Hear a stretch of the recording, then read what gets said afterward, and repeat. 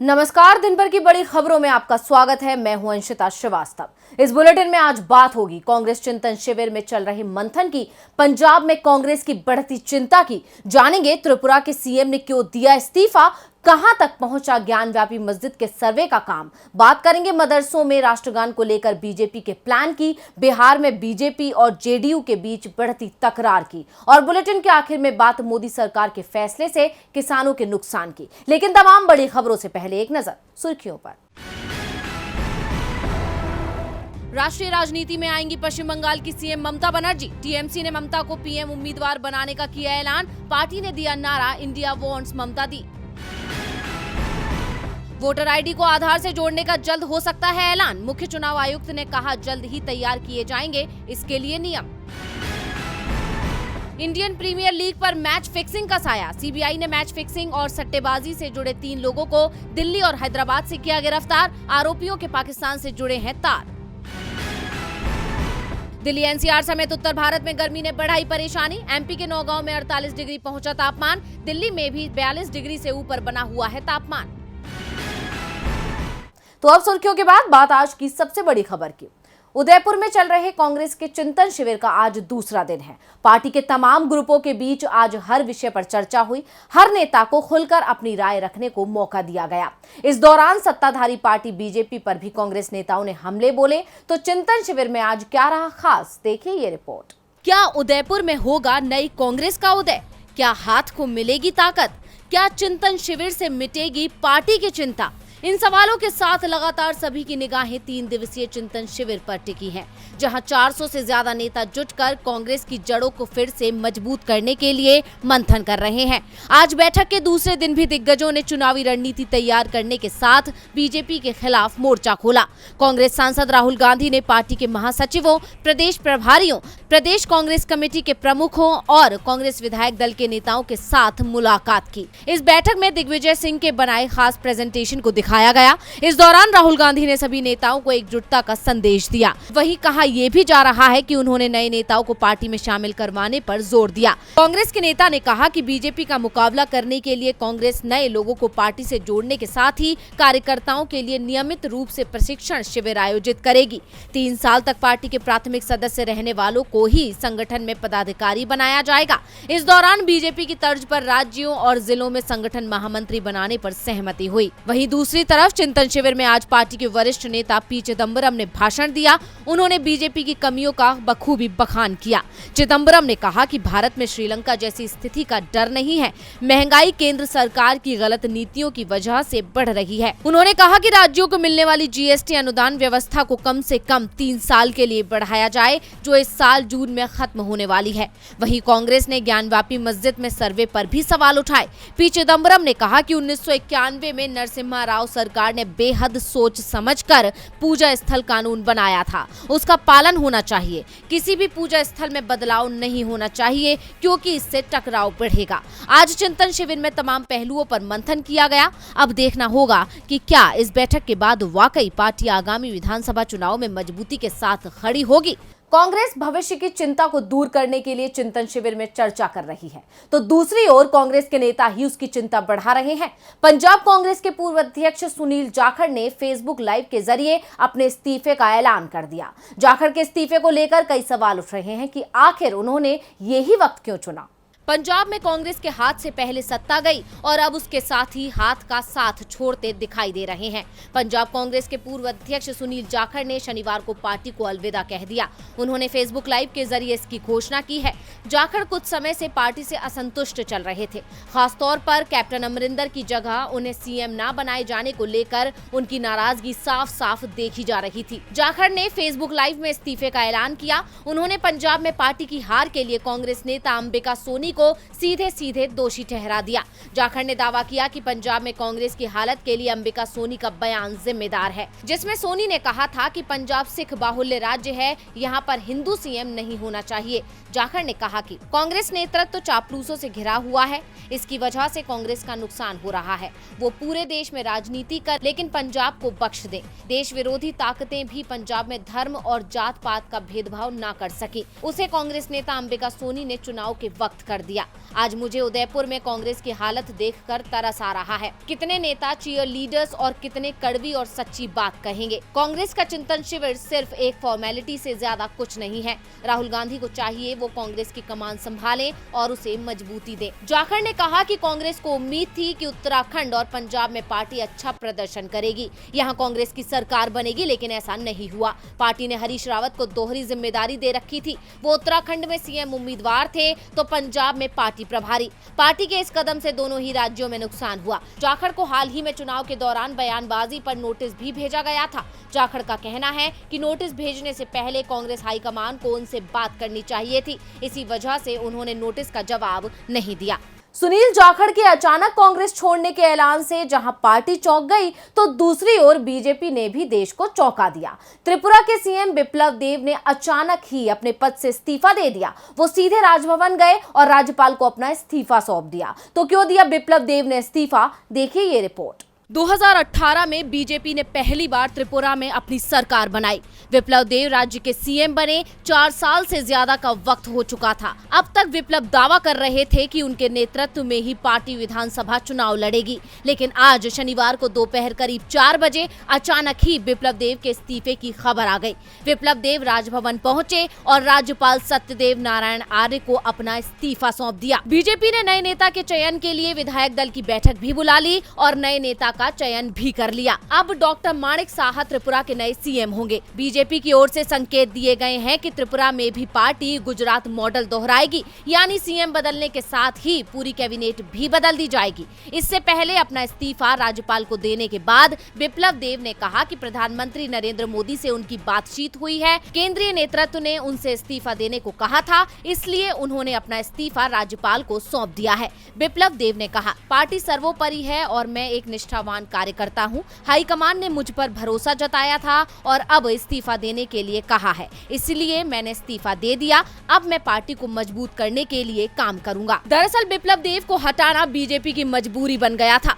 उनके खिलाफ विपक्ष की मोर्चाबंदी तो चल ही रही थी। पार्टी के कई विधायक भी उनसे नाराज थे। पिछले महीने 1 दर्जन से ज्यादा विधायकों ने हाईकमान से शिकायत की थी, उनकी नेतृत्व क्षमता पर सवाल उठाए थे और अब बिप्लब का इस्तीफा हो गया। पिछले 1 साल में बिप्लब बीजेपी के ऐसे चौथे सीएम हैं जिनसे चुनावों से पहले इस्तीफा लिया गया है। इससे पहले गुजरात में विजय रूपाणी की जगह भूपेंद्र पटेल को लाया गया, कर्नाटक में येदियुरप्पा की जगह बसवराज को और उत्तराखंड में तीरथ रावत की जगह पुष्कर सिंह धामी को सीएम बनाया गया और अब त्रिपुरा में बिप्लब की जगह डॉक्टर माणिक साहा को कमान दी जा रही है।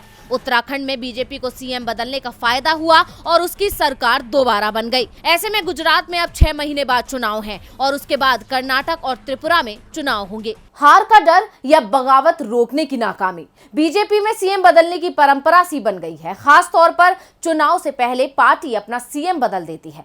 कर्नाटक, गुजरात, उत्तराखंड में ये काम वो पहले ही कर चुकी है और अब त्रिपुरा में ये हो गया। बदलाव सिर्फ सीएम की कुर्सी को लेकर ही नहीं हो रहा है। बीजेपी शासित राज्यों में और भी बहुत कुछ बदलने की कोशिश हो रही है। अयोध्या में राम मंदिर निर्माण काम चल ही रहा है और अब वाराणसी की ज्ञानवापी मस्जिद का विवाद तेज कर दिया गया है। कोर्ट के आदेश पर आज मस्जिद के अंदर सर्वे टीम पहुंची। क्या हुआ मस्जिद के अंदर, देखिए ये रिपोर्ट। उत्तर प्रदेश में इस वक्त एक साथ कई मुद्दों पर विवाद जारी है। ज्ञानवापी, कृष्ण जन्मभूमि, ताजमहल, इन सभी को लेकर विवाद तेज हो गया है। वहीं आज वाराणसी के ज्ञानवापी मस्जिद में दोबारा सर्वे किया गया। बता दें कि सर्वे सुबह 8 बजे शुरू हुआ और 12 बजे तक चला, यानी कुल 4 घंटे सर्वे हुआ। लेकिन इस सर्वे में क्या कुछ सामने आया, इसके बारे में अभी कोई जानकारी नहीं दी गई है। सर्वे के पहले दिन करीब 50% हिस्से का सर्वे हुआ। एडवोकेट कमिश्नर अजय मिश्रा के साथ वादी और प्रतिवादी पक्ष के 52 लोगों की टीम ने परिसर में 4 तहखानों के ताले खुलवाकर उसकी जांच की। टीम ने दीवारों की बनावट, खंभों की वीडियोग्राफी भी की। वहीं सर्वे का काम रविवार को सुबह 8 बजे फिर से होगा, क्योंकि कोर्ट के आदेश के मुताबिक 17 मई को सर्वे रिपोर्ट कोर्ट के समक्ष पेश करनी है। ऐसे में सर्वे रिपोर्ट को 16 मई तक पूरा होना चाहिए। दावा ये भी किया जा रहा है कि सर्वे कल ही पूरा हो जाएगा। कल ऊपर के कमरों का सर्वे होगा। सर्वे के लिए गई पूरी टीम के मोबाइल बाहर ही जमा करा करा लिए गए थे। साथ ही टीम को सर्वे से जुड़ी कोई भी जानकारी बाहर नहीं देने के सख्त निर्देश दिए गए थे। पहले दिन का सर्वे शांतिपूर्ण ढंग से पूरा हो गया। आपको बता दें कि इससे पहले हुए सर्वे के दौरान लोगों ने सर्वे का विरोध किया था और दोनों समुदाय आपस में भिड़ गए थे, जिसके बाद सर्वे को रोक दिया गया और अब दोबारा कोर्ट ने सर्वे कराने का आदेश दिया है, जिसकी रिपोर्ट कोर्ट कमिश्नर को 17 मई तक सौंपनी है। दरअसल 18 अगस्त 2021 को 5 महिलाओं की तरफ से वाराणसी की सिविल जज सीनियर डिवीजन की कोर्ट में एक याचिका दाखिल की गई थी, जिसमें कहा गया कि ज्ञानवापी परिसर में हिंदू देवी देवताओं का स्थान है।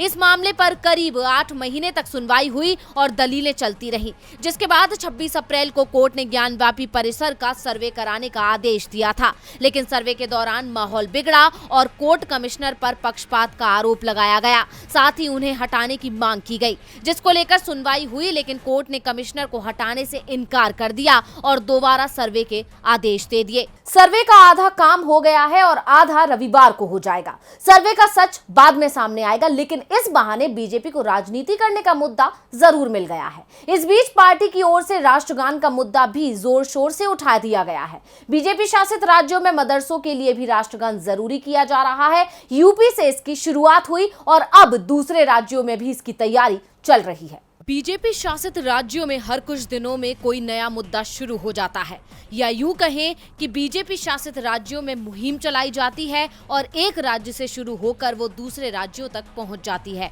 अब ऐसे ही एक नए मुद्दे ने जन्म ले लिया है और वो मुद्दा है मदरसों में राष्ट्रगान गाना अनिवार्य करना। अब इस नई मुहिम की शुरुआत उत्तर प्रदेश से हुई और अब धीरे धीरे ये हरियाणा, मध्य प्रदेश आदि राज्यों में पहुंच रहा है।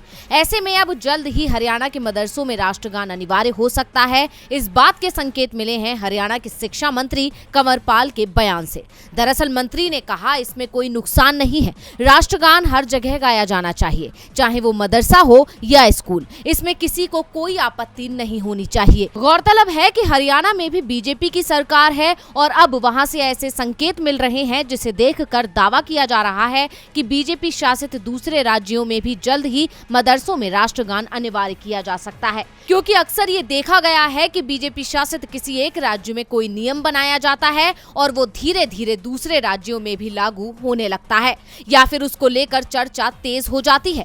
जैसे पिछले दिनों स्कूलों में गीता पढ़ाने को लेकर चर्चा तेज हुई थी, जब गुजरात के स्कूलों में गीता पढ़ाना अनिवार्य कर दिया गया था, जिसके बाद कर्नाटक के शिक्षा मंत्री बीसी नागेश ने भी इसके समर्थन में बयान दिया था और इस मुद्दे पर बहस तेज हो गई थी और अब बीजेपी ने एक नया मुद्दा खड़ा कर दिया है। वहीं अब इस मुद्दे को लेकर ऑल इंडिया मुस्लिम महिला पर्सनल लॉ बोर्ड, तंजीम उलेमा ए इस्लाम, शिया पर्सनल लॉ बोर्ड आदि का कहना है कि मदरसों में राष्ट्रगान का ऑर्डर सिर्फ सियासत का मामला है। सरकार राष्ट्रगान गाने के लिए केवल मदरसों को ही क्यों कह रही है? और भी तो स्कूल हैं, क्रिश्चियन स्कूल, सिख स्कूल, बौद्ध स्कूल हैं, इनमें क्या हो रहा है, इनसे भी पूछना चाहिए था। सरकार को केवल हमसे ही क्यों प्रॉब्लम है?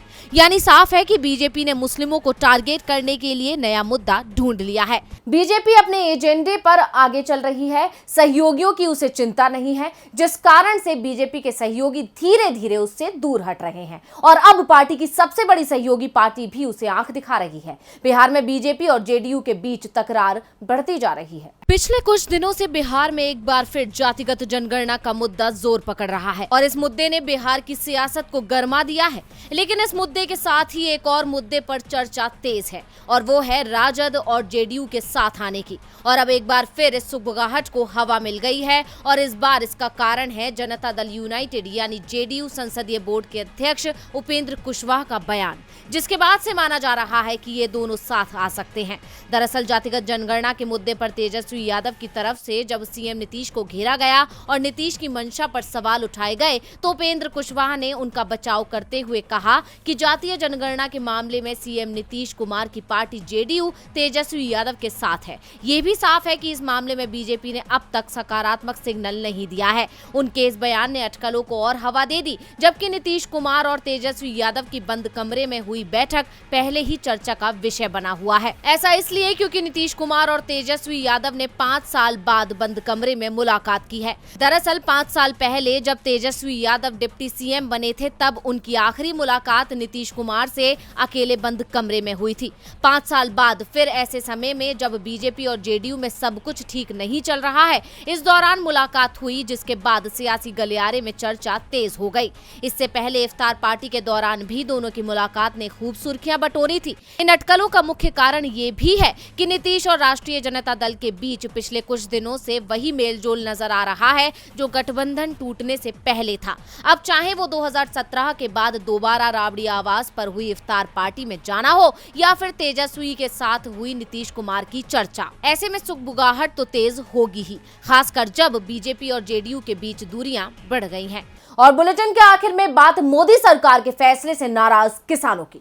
मोदी सरकार ने दावा किया था कि 2022 तक किसानों की आय दोगुनी कर दी जाएगी, लेकिन किसान अभी भी बदहाल बना हुआ है, जबकि 2022 आधा बीत चुका है। और अब मोदी सरकार ने एक ऐसा कदम उठाया है जिससे किसानों की आमदनी बढ़ने की जगह और कम हो जाएगी। तो क्या फैसला लिया है मोदी सरकार ने जिससे किसानों को होगा नुकसान? देखिए ये रिपोर्ट। देश में शायद पहली बार था जब किसान सरकारी मंडियों में गेहूं बेचने को तैयार नहीं थे। गेहूं की खरीद को लेकर किसानों का कहीं आंदोलन भी नहीं हो रहा है, उल्टा सरकार परेशान दिख रही है, क्योंकि जो लक्ष्य गेहूं खरीद कर रखा गया था वो पूरा होता नहीं दिख रहा था। किसान एमएसपी पर भी सरकारी खरीद केंद्र पर जाने को तैयार नहीं था। इस बार खुले बाजार में गेहूं की कीमत सरकार द्वारा तय एमएसपी से ज्यादा थी और इसका कारण था अंतर्राष्ट्रीय मार्केट में हुई गेहूं की कमी। अंतर्राष्ट्रीय बाजार में गेहूं की कीमत 40% बढ़ गई है, जिसका फायदा भारत के किसानों को मिला और भारत से गेहूं का निर्यात बढ़ गया। किसानों को पैदावार का उचित मूल्य मिल गया। गेहूं पैदा करने वाला किसान खुश था, लेकिन उसकी ये खुशी ज्यादा देर की नहीं रही, क्योंकि मोदी सरकार ने अब एक ऐसा फैसला लिया है जिससे किसानों को बड़ा नुकसान तय दिख रहा है। सरकार ने गेहूं के निर्यात पर रोक लगा दी है।